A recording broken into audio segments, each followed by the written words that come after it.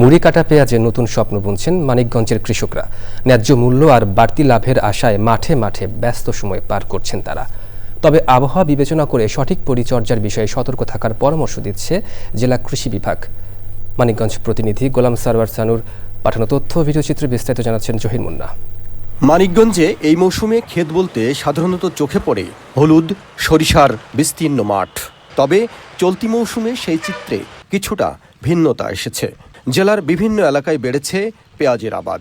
মাঠ জুড়ে এখন সবুজে ঘেরা পেঁয়াজ ক্ষেত। কুয়াশাচ্ছন্ন শীতের সকালে পেঁয়াজ গাছের পাতায় ঝলমলে রোদের ছটায় যেন নতুন স্বপ্ন দেখছেন স্থানীয় কৃষক। সার দিয়ে পানি দিলাম, পানি দিয়ে এটা কোপ দিয়ে জোগাল শেষ হয়ে যাব, তারপরে পেঁয়াজ উঠামো। আলহামদুলিল্লাহ ভালো ফলাফল দেখা যাচ্ছে, এখন বাকিটা আল্লাহর ইচ্ছা। কৃষক এখন ব্যস্ত সময় কাটাচ্ছেন পেঁয়াজের ক্ষেতে।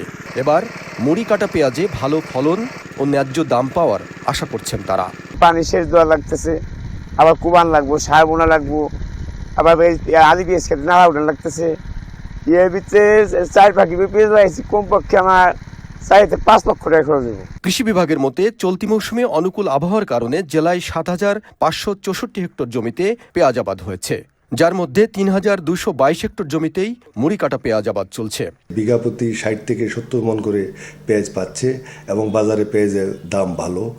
এবং আমরা আশা করছি এবছর যেভাবে পেঁয়াজ হচ্ছে এবং দাম কৃষক বেশি পেয়েছে, সেই হিসাবে আমাদের যে লক্ষ্যমাত্রা সেটি ছাড়িয়ে যাবে। কৃষকের মধ্যে একটা প্রাণচাঞ্চল্য সৃষ্টি হবে যে তারা এই পেঁয়াজ বিক্রি করে ভালো টাকা পাবে। এই অঞ্চলে পলিযুক্ত উর্বর মাটি পেঁয়াজ চাষের জন্য বেশ উপযোগী, যা আগামী দিনে আরও বড় সাফল্য আনবে এমন আশা সংশ্লিষ্টদের।